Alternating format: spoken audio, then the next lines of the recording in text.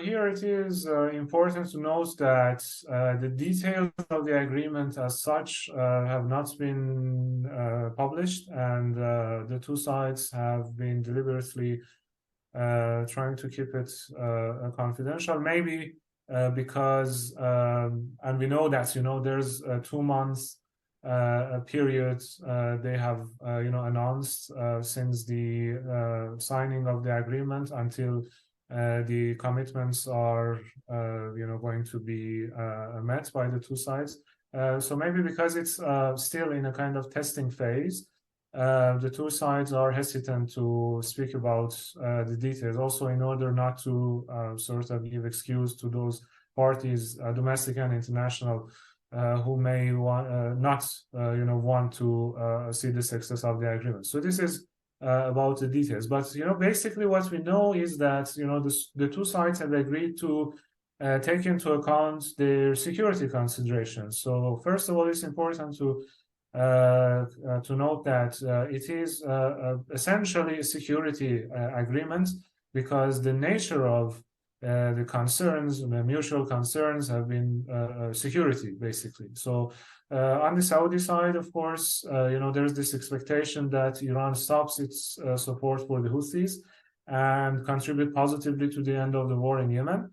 And on the Iranian side, of course, there's this, especially over the past few months, since last September, when the nationwide protests started in Iran, the Iranian officials have been accusing the Saudis of instigating, basically, unrest, as they say, via their media, etc. So they have been expecting the Saudis to tone down their propaganda against Iran. So these are the things that we know. But also, as we can, for example, understand from what the Iranian and Saudi officials have been saying, it seems that it is at least supposed to go beyond security scope if they are successful in meeting the primary sort of promises, let's say. And that's about economic cooperation, because just the other day, the Saudi finance minister said that there is no obstacle for the Saudis to invest in Iran. And it was, coming from the Saudis after all these years of tensions, it was quite significant to my understanding. And also, there were some unconfirmed reports about the potential establishment of a Chinese-mediated or Chinese-initiated financial channel between Iran and Arab countries, more specifically the countries of the Arab League, in order to facilitate, because, due to sanctions, one of the very serious problems that Iran has had has been to, bring money inside the country, and many of its assets and financial resources are frozen in foreign banks. So things like that. It seems to me that the role of China is also sort of bigger than just the mediator or providing just the venue for the agreement to happen.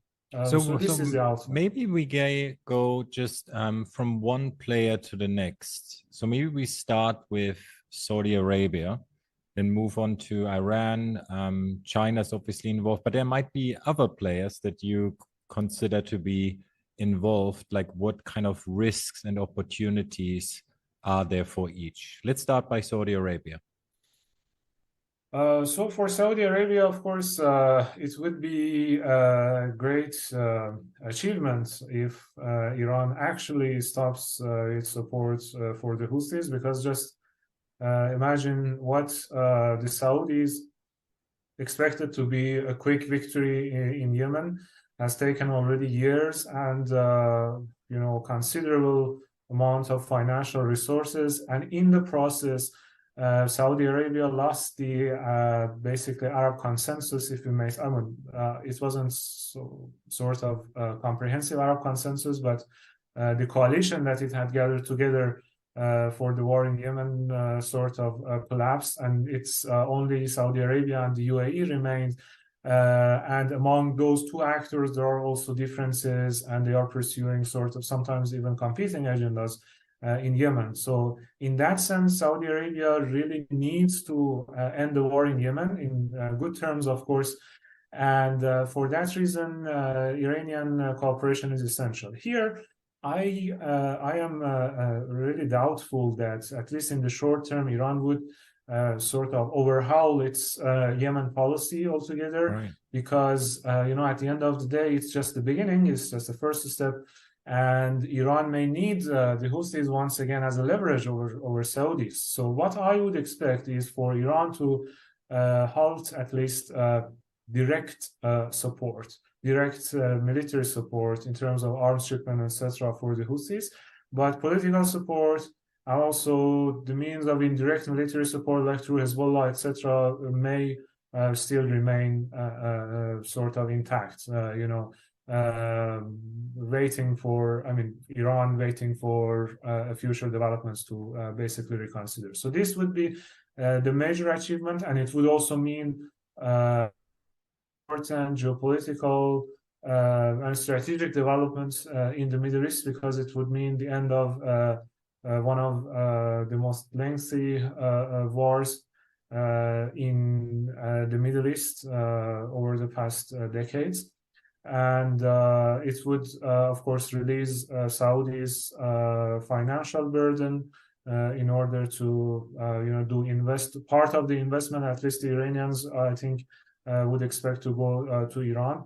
But more broadly, it would positively sort of contribute to those ambitious economic and infrastructural plans that Saudi Arabia has been, thinking about and devising, actually. And you mentioned already the risks of the Houthi support, which you think will to a certain extent still remain. Do you see any other risks for the Saudi side? For the Saudi side, it really much depends on the extent to which the agreement is going to remain in place. But apart from Yemen, and I'm emphasizing on Yemen, of course, because it's the single most important regional file that Saudi Arabia has been dealing with. But other than that, we are already witnessing the actually positive implications of this agreement, like in Syria, because just yesterday, March 23, there was this Reuters report that the normalization between Assad regime and Saudi Arabia is rather imminent. And so in that sense, of course, it's already impacting positively Saudi Arabia's regional policy. But of course, one can also argue that, in the broader picture or in the big picture, there might be some longer-term strategic risk for Saudi Arabia in terms of its relationship with the United States, because, going to China for this agreement, it's quite understandable, of course, because, apart from China, I would not imagine any other actor with leverage over Iran to make Iran, agree to the terms of any sort of agreement. So it is understandable, but it also means some sort of revision in Saudi Arabia's foreign policy.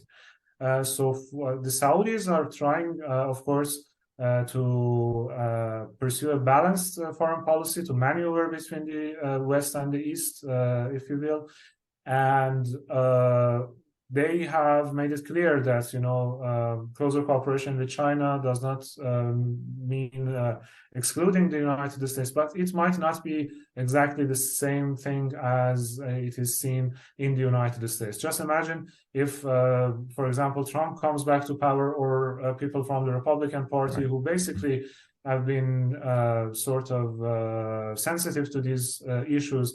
There might be a new thinking, foreign policy thinking in the United States with regard to Saudi Arabia. So the extent to which this kind of balanced foreign policy for Saudi Arabia at the strategic level, at the international level, would be sustainable, that's a matter of time.